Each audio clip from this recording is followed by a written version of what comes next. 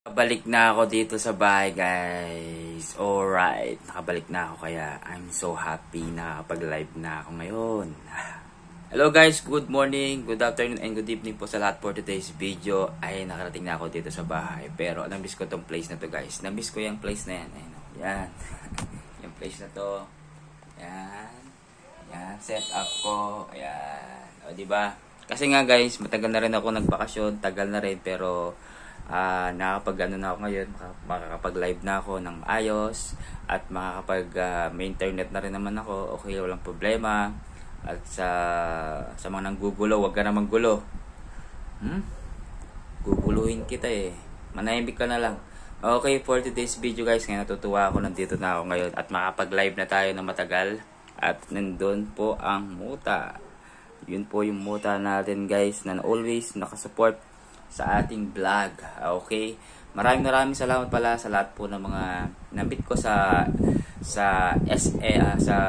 Pampanga, especially si Ma'am Linda Pat, mega love shoutout sa iyo, at si Win Wolverine Vlog, at si Sir Apong Erwin, si Roweli, Apong Eli, salamat din sa iyo, at sa lahat po ng mga katrabaho ko doon sa Tifo 15. Hindi ko nakabanggitan yung pangalan mo, ay yung pangalan ng mga pangalan niya dahil sobrang dami nyo, kaya natutuwa ako. Especially kay Tita Sang, ayan, Tita Sang, si Baba RP, ayan, nandun sila, mga nabit ko dyan sa Pampanga.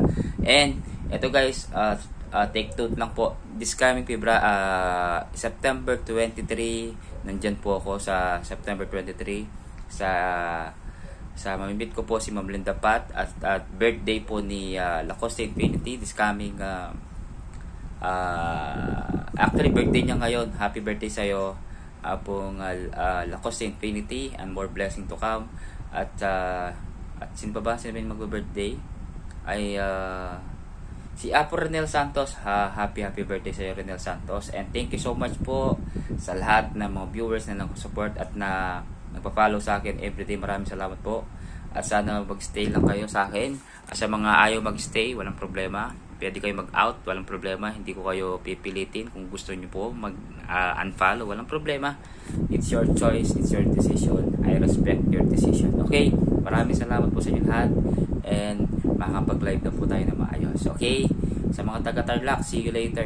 Kung may mamimita rin ako mamaya, sigurado. I hope sana mabit ko siya mamaya.